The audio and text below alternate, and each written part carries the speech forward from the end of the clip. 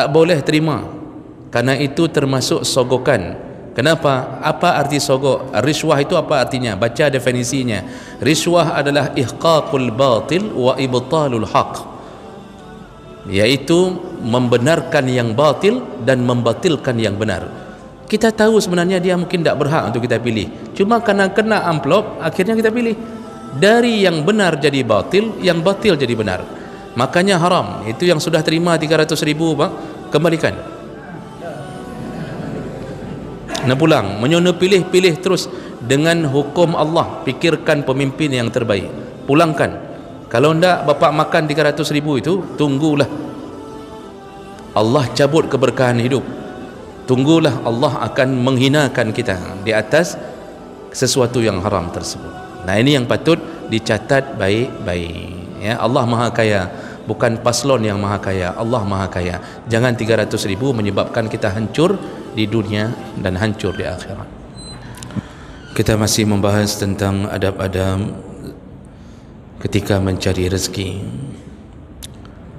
Di pertemuan kita yang lalu kita membahas tentang salah satu adab dalam mencari rezeki adalah tekuni pekerjaan kita ya, artinya istiqamahlah melakukan sesuatu ya, dan jangan berpindah dari pekerjaan itu kecuali kita mendapatkan sesuatu kendala atau kita mendapatkan sesuatu yang lebih baik. Artinya berdasarkan hadis dari Nabi, menetapkan hati pada sesuatu yang kita anggap sudah baik lalu kita tekuni, maka itu akan menyebabkan keberkahan Allah Subhanahu wa taala. Makanya para pedagang kalau sudah memulai berdagang itu disunnahkan untuk menetapkan hati, walaupun jatuh bangun selama dia masih bersama Allah, taat kepada Allah, maka tunggulah suatu saat Allah akan melimpahkan rezeki dan beriringan dengan keberkahannya. Jadi jangan kerja di sini 2 bulan kemudian pindah 2 bulan, akhirnya tidak satu pun yang berhasil. Nah, itu kita sudah bacakan hadis-hadisnya bahwa Nabi mengatakan bahwa man asaba min syai'in fayalzamhu, barang siapa yang telah ditetapkan sesuatu oleh Allah untuknya, maka tekunilah dia.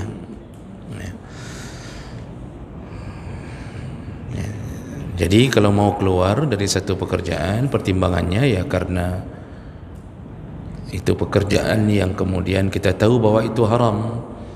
Kalau sudah tahu haram, itu jangan ditahan-tahan untuk tetap bekerja di tempat yang haram.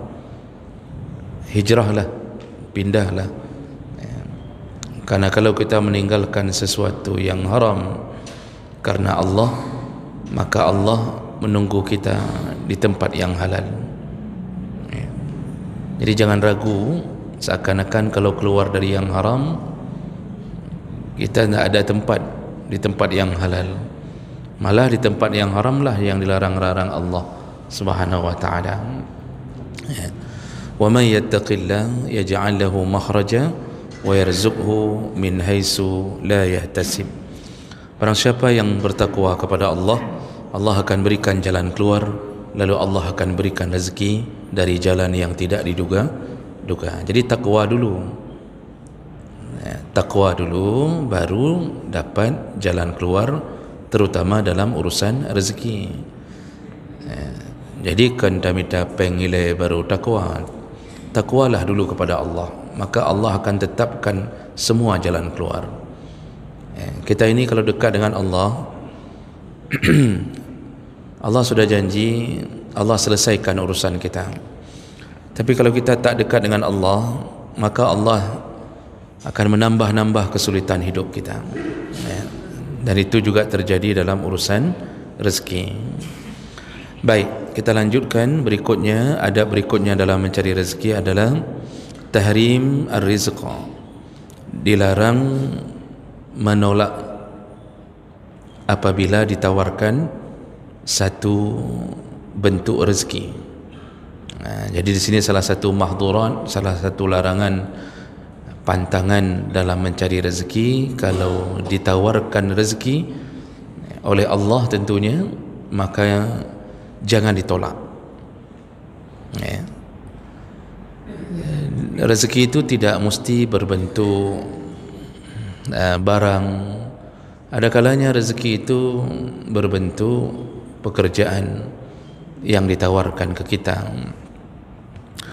Ketika kita sudah memohon kepada Allah, lalu Allah mulai membuka jalan, ada yang datang kepada kita lalu mengatakan, ini ada pekerjaan, insyaAllah pekerjaannya halal, mau kerja tidak? Jadi selama ini kita bingung kerja di mana. Ketika ditawarkan satu pintu rezeki, ini yang dimaksud, jangan ditolak. Selama kita mampu, kita yakin kita bisa melakukannya, jangan ditolak, walaupun bermula dari hal-hal yang kecil. Karena di situ ada larangan untuk tidak menolak pemberian Allah. Allah tidak suka kalau hamba ketika dihantarkan rezeki oleh Allah, lalu dia dengan kesombongannya dia menolaknya.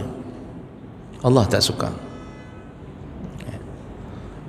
Karena yang menghantarkan rezeki ke kita, walaupun yang datang itu teman baik kita menawarkan pekerjaan, atau orang yang pernah kita kenal menawarkan sesuatu, itu adalah hasil kerja Allah, bukan hasil kerja manusia.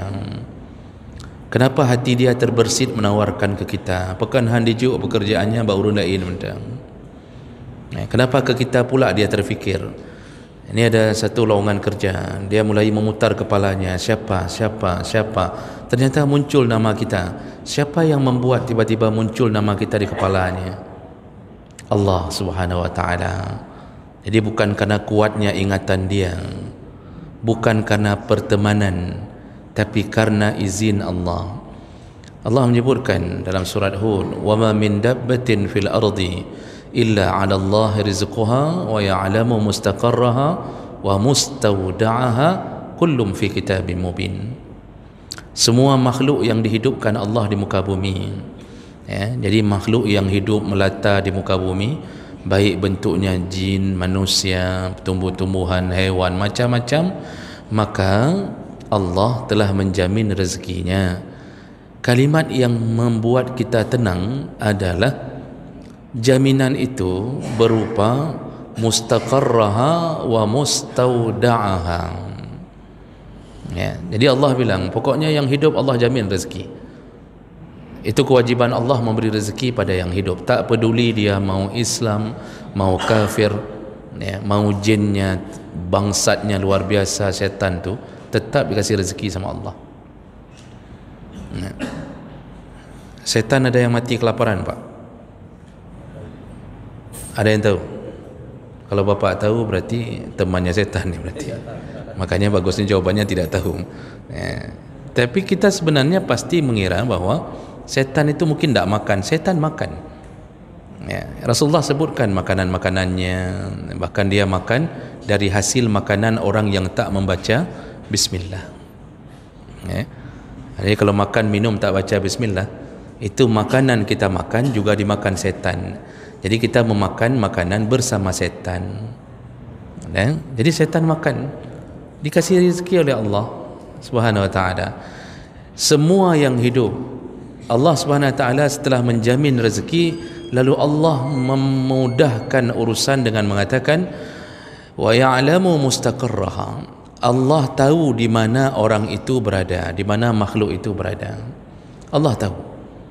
Jadi kita ini berada di Lok Semawe, kecamatan Fulan, kemudian desa Fulan, tinggal di lorong Fulan, kemudian masuk ke gang, lewat pos Siskamling 2 kali, lalu kemudian bisa saja menyeberangi parit-parit kemudian 5 kali. Tapi kok terus orangnya, kok bisa sampai orang itu ke rumah kita untuk menawarkan pekerjaan? Siapa yang membuat dia mencari-cari kita? Ya'lamu mustaqarraha. Apabila aku ingin mengantarkan rezeki, maka aku tahu di mana tempatnya berada.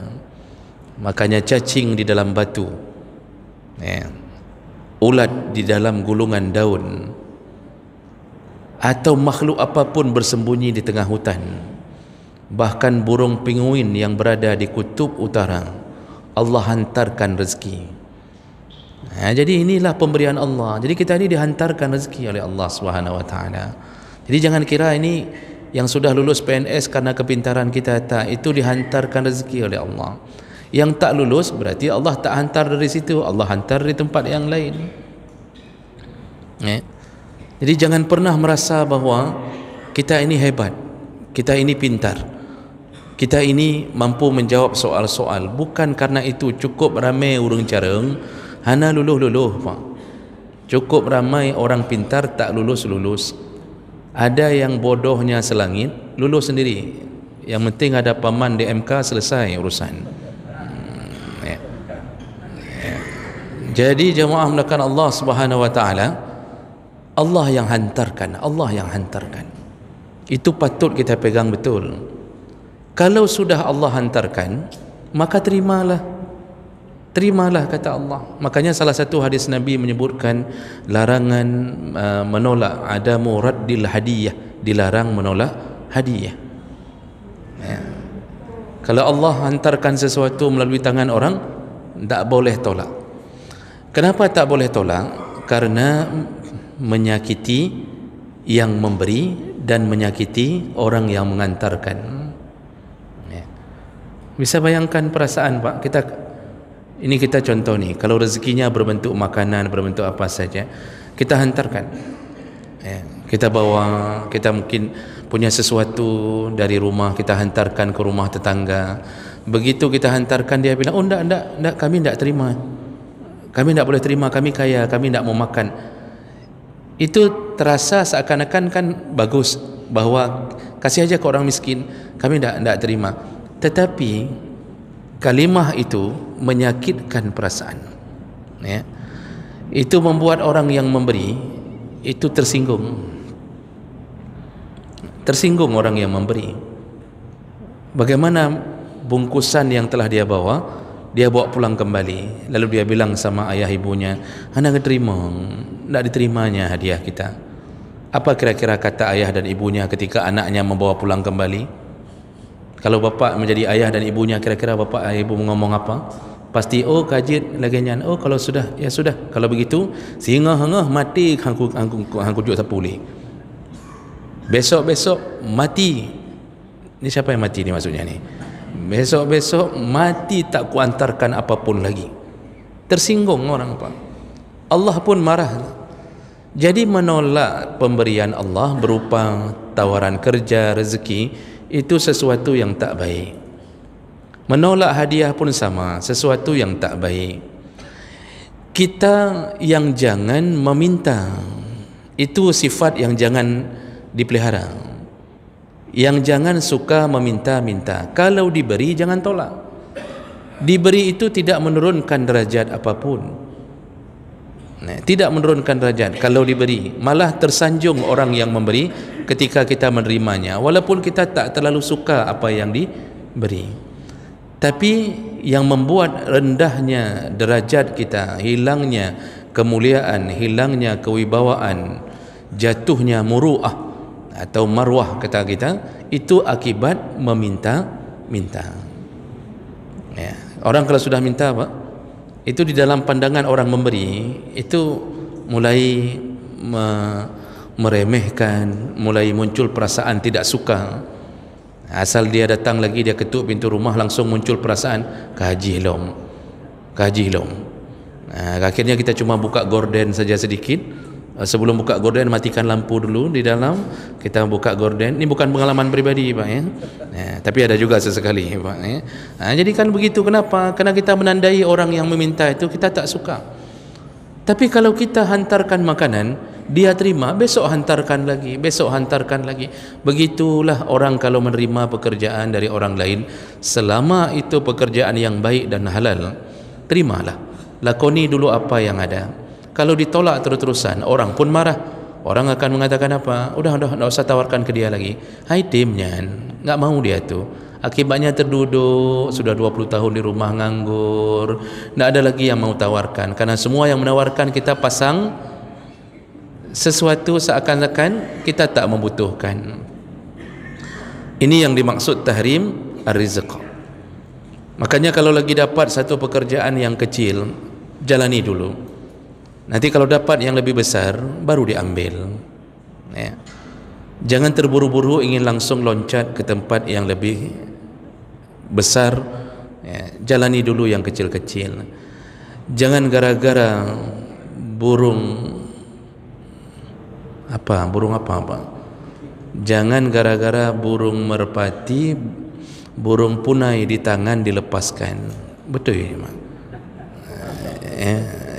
Jadi jangan gara-gara merempok burung yang lebih besar, burung punai yang di tangan kecil kita lepaskan. Ini genggam, kemudian nanti baru ambil yang lebih besar. Ini pinginnya langsung kaya, pingin langsung kaya. Inilah salah satu yang membuat kemudian Allah malah menahannya sehingga dia tak lagi bisa melakukan apapun. Jadi jangan tolak-tolak dan jangan lawan-lawan kalau Allah dan Nabi meminta sesuatu untuk diterima, terimalah. Jangan ditolak. Karena bahaya, Bang. Nabi itu juga paling marah kalau Nabi meminta sesuatu lakukan, kita tolak. Nabi marah. Makanya ada hadis riwayat Bukhari Muslim, kalau saya tak salah Bukhari Muslim, itu ada orang yang makan dengan tangan kiri. Makan dengan tangan kiri. Nabi datang, lalu Nabi memperingatkan, kul biyaminik, makanlah dengan tangan kananmu, kata Rasulullah. Apa katanya? Aku tak bisa, aku tak sanggup makan dengan tangan kanan. Kata Nabi, lastata'ta, kamu bisa. Kata Nabi, kamu bisa. Jika kapajuh, jika kapajuh dengan jarawanan. Dia tetap menolaknya, tetap menolak. Kata Nabi, tidak ada yang menahan dia kecuali sombong. Lalu apa kata Nabi? Mulai hari ini engkau tak bisa lagi mengangkat tangan kananmu. Betul-betul lumpuh tangan kanannya, Pak. Makanya kalau Allah mengatakan terima, terima. Kalau Allah mengatakan tolaklah, tolak. Yang penting kita ni ikut saja. Sami'na wa ata'na. InsyaAllah hidup bahagia. Oh, masalah dia lebih kaya daripada saya, itu tak perlu dipikirkan, karena Allah memang telah mengatur kita yang miskin-miskin masuk surga melalui kesabaran. Bahkan lebih duluan kita yang miskin masuk surga dibandingkan yang kaya. Yang kaya masuk surga dengan rasa syukurnya. Cuma orang kaya kadang-kadang banyak ujiannya. Dia nampaknya baik, lalu tiba-tiba kaya, berubah menjadi tak baik karena diikuti dengan keinginan-keinginan. Nafsu mulai main, Pak. Kalau kita miskin, nafsu kita tak main. Karena mau dimainkan nafsu pun tak tahu, tak ada modal. Tak ada modal, Pak. Pingin rasanya kahwin lagi, tapi karena miskin tak ada modal. Ini contoh yang paling sederhana, Pak ya. Dan pingin rasanya jalan, terbang sana, terbang sini, tapi karena tak ada modal kita duduk di rumah, Pak. Karena banyak duduk di rumah, akhirnya nggak ada kerja, ya kita baca Quran, lalu kemudian kita tunggu, kan mudah-mudahan ada yang melamar misal. Tapi karena ini miskin, tak ada yang melamar. Yang laki pun miskin, pingin rasanya melamar sana, melamar sini. Rupanya karena miskin tak ada yang terima lamarannya. Akhirnya dia sabar sampai meninggal, dia masuk surga dengan sabarnya. Maka oleh karena itu, ya, kita ini tetap dituntut oleh syariat untuk terima dulu apa yang ada di dalam ketentuan Allah Subhanahu wa taala, dan jangan menolak rezeki yang telah ditetapkan oleh Allah kepada kita. Ada hadis dari Qa'qa' bin Hakim. Ya. Ada hadis dari Qa'qa' bin Hakim, qal kataba Abdul Aziz bin Marwan ila Ibni Umar. Jadi salah seorang raja dari Bani Umayyah menulis surat kepada Ibnu Umar, yaitu sahabat anaknya Umar bin Khattab, anirfa ilayya hajataka. Jadi dia mengatakan kepada utusan yang dia kirim, kasih tahu Ibnu Umar apa yang dia ingin, karena saya sekarang sudah jadi raja. Jadi raja, jadi dia ingin memuliakan sahabat Nabi. Dia mengatakan ci pegah tiga pemohon. Kan kita kan begitu Pak, kalau sudah jadi penguasa kita ingin memberi, kita bagi-bagi jatah-jatah menteri, kita bagi-bagi, kalau sahabat kita dulu bisa jadi ini jadi itu termasuk bahagian daripada kekuasaan. Begitu juga dari dulu sudah begitu. Orang baik akan memberi sesuatu kepada orang baik, orang yang jahat akan berbagi kekuasaan kepada yang jahat. Karena kalau dia kasih ke yang baik, itu akan merongrong kekuasaannya, meruntuhkan kekuasaannya. Makanya diberikanlah surat kepada Ibnu Umar, tolong apa yang kamu mau, kasih tahu aku. Apakah dibangun rumah baru atau apa saja, tolong kasih tahu aku, kata raja ini, yaitu Abdul Aziz bin Marwan. Lalu fakataba ilahi Ibnu Umar anna Rasulullah sallallahu alaihi wasallam kana yaqul. Ibnu Umar membalas surat dari niat baik Abdul Aziz bin Marwan. Ibnu Umar berkata dalam suratnya, innal yadal ulia khairun minal yadis sufla wabda biman ta'ul. Aku teringat dengan hadis Nabi bahawa tangan di atas lebih bagus daripada tangan di bawah. Artinya aku tak akan meminta kepadamu, karena yang aku ingin tetap berada di tangan yang atas, bukan tangan yang di bawah. Jadi dia mengatakan prinsipnya, walastu as'aluka syai'an. Setelah dia sebutkan hadis itu, dia berkata, saya tak akan meminta apapun kepadamu walaupun engkau telah jadi penguasa, tak akan ku minta apapun. Wala aruddu rizqan razaqanihi Allahu minka. Tetapi kalau engkau memberi sesuatu, maka aku pun tak menolaknya, karena itu datangnya dari Allah. Nah, jadi ini Ibnu Umar, ini salah satu sahabat yang suka sekali meniru gaya hidup Rasulullah. Kali ini dia berkata, saya tak akan meminta apapun, tetapi kalau engkau beri tak aku tolak, karena aku tahu bahawa kalau engkau beri itu izin Allah. Begitu prinsip Ibnu Umar. Makanya kita kalau diberi sesuatu, ditawarkan sesuatu, itu bahasa yang bagus. Jadi kalau ada teman kita jadi wakil gubernur, kan nanti seandainya sudah terpilih, atau mungkin karena kan begini, kalau sudah terpilih itu semuanya jadi abang, jadi sonyan, abang leongnyan, kan nanti kalau sudah terpilih begitu, jadi abang dah, kakanda, kan, semua begitu. Nanti kalau tak terpilih baru, siapa dia? Natak kuduri longgoknya, saya tak terlalu kenal dia. Begitu sifat manusia. Lalu kita ditawarkan sesuatu, maka jawablah dengan perjawaban Ibnu Umar, aku tak meminta dan aku tak mau jadi peminta, tapi kalau engkau memberi, maka aku terima. Itu sudah cukup bahasa itu. Maka diberilah pajero satu, rumah satu, kemudian diberi ini, diberi itu tidak membuat kita kehilangan kehormatan kalau diberi. Cuma ingat Bapak Ibu, sebagai penutup kita diingat bahawa semua pemberian-pemberian atau penawaran-penawaran kerja seperti itu jangan masuk ke dalam tawaran itu, jangan terima tawaran itu apabila ada perkara-perkara yang kita baru boleh menolaknya. Apa dia? Di antaranya, yang pertama, jika sesuatu yang ditawarkan itu berupa sesuatu yang haram. Ini ada kerja ni, mau ndak? Part kerja, misalnya nyona buat lepeng yang kata dia, banyak uang ni. Apa kerjanya? Ini kan kalau kamu bisa hantarkan sabu-sabu ni, jadi sekali itu antar sekilo, kamu dapat berapa kalau hantar sabu-sabu? 800 juta. Pak Nasir dah pernah pengalaman tu hantar. Hantarkan ini, kata dia, itu jangan pakai tadi hadis tadi tidak boleh tolak pekerjaan, Pak.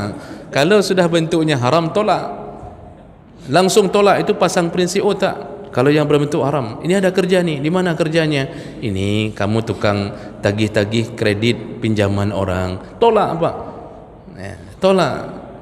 Karena dunia pinjam meminjam dengan sistem kredit tetap jatuh ke haram. Tetap jatuh ke haram. Itu rentenir-rentenir di pasar impres tu, itu sudah bisa diberantas, Bang. Ini kalau di antara bapa ada yang di sini yang polisi, komisaris polisinya kejut-nejak wet cuba di pasar impres, cukup le rentenir, Bang. Secara hukum agama haram, hukum dunia pun itu meresahkan. pinjamkan uang ke penjual bawang, penjual cabai, penjual ini, kemudian nanti minta bayar sedikit-sedikit, sampai dicekak sana, dicekik sini. Itu semuanya perbuatan yang seharusnya dibasmi. Itu jangan terima pekerjaan seperti itu. Jadi yang bentuk-bentuknya haram jangan terima. Kemudian jangan terima juga kalau seandainya yang memberi itu berasal dari orang zalim yang pekerjaannya maksiat. Jadi dia misal mau kasih pekerjaan atau kasih hadiah, dan kita tahu pekerjaan dia itu juga maksiat, maka hadiah yang dia beri itu juga dibeli dari harta maksiatnya, hasil maksiatnya. Tak boleh terima sesuatu dari yang haram, tak boleh terima. Makanya ni masjid, panitia masjid, kalau ada yang menyumbang ke masjid, kalau dia kita ketahui bahawa dia adalah pelaku maksiat, wajib ditolak, ya, wajib ditolak. Lalu kemudian yang ketiga, kata para ulama, tolak juga pemberian atau tawaran apapun kalau dengan tawaran itu membuat kita tak bisa lagi mendakwahkan orang itu. Jadi kita disogok, Pak, sampai kita terdiam dari ayat dan hadis. Ini misal ada ustaz ni, ustaz dia sering ceramah, bicara ayat, bicara hadis, lalu kemudian karena sering begitu, tiba-tiba ditawarkan, ustaz ni ada sesuatu dari kami ni, kalau bisa tolonglah jangan bicara lagi masalah riba. Dapat, Pak, dapat amplop tebal tu, amplop isinya wang merah semua. Ustaz minta tolong ya, kalau bisa jangan sampai bicara lagi lah, kami kan tak enak juga ustaz bicara terus-terusan. Nyan haramnya hanya terima, yang begitu-begitu tak boleh terima, karena mendiamkan kebenaran gara-gara pemberian tersebut. Dan yang terakhir, apabila kita tahu bahawa kalau kita terima maka kita pun akan terjerumus ke dalam kemaksiatan yang sama. Makanya menerima sogok haram, walaupun kita hanya menerima. Yang sogok haram, yang menerima haram, ya. Rasulullah melaknat, la'ana Rasulullah ar-rashi wal murtashi. Rasulullah melaknat yang menyogok dan menerima sogok. Memang kita ditawarkan, cuma gara-gara sogok itu kita pun terjerumus dalam dosa. Yang menariknya, Bang, itu masalah sogok, menyogok, Allah tidak bicara masalah dosa, langsung Allah bicara masalah neraka. Ya, itu yang bahaya. Ini musim akan terjadi sogok menyogok. Saya tegaskan sebagai penutup, apa hukumnya menerima pemberian dari paslon 05 dan 06 yang tidak ada nomornya saya sebutkan. Karena kalau ada nomornya nanti bahaya, ya. Apa hukumnya menerima sesuatu dari paslon, ya? Apakah serangan fajar, serangan siang, serangan malam, nyaler tu ribai ke pusat amplop lalu dikasih, walaupun dia tidak bilang tolong pilih saya, tapi dia bilang ya pokoknya faham-fahamlah, ya. Apa hukumnya, Pak? Seluruh ulama modern kontemporer sudah bicara hukumnya haram, tak boleh terima, karena itu termasuk sogokan. Kenapa? Apa arti sogok? Riswah itu apa artinya? Baca definisinya. Riswah adalah ihqaqul batil wa ibtalul haq, yaitu membenarkan yang batil dan membatilkan yang benar. Kita tahu sebenarnya dia mungkin tidak berhak untuk kita pilih, cuma karena kena amplop akhirnya kita pilih. Dari yang benar jadi batil, yang batil jadi benar. Makanya haram. Itu yang sudah terima 300.000, Pak, kembalikan.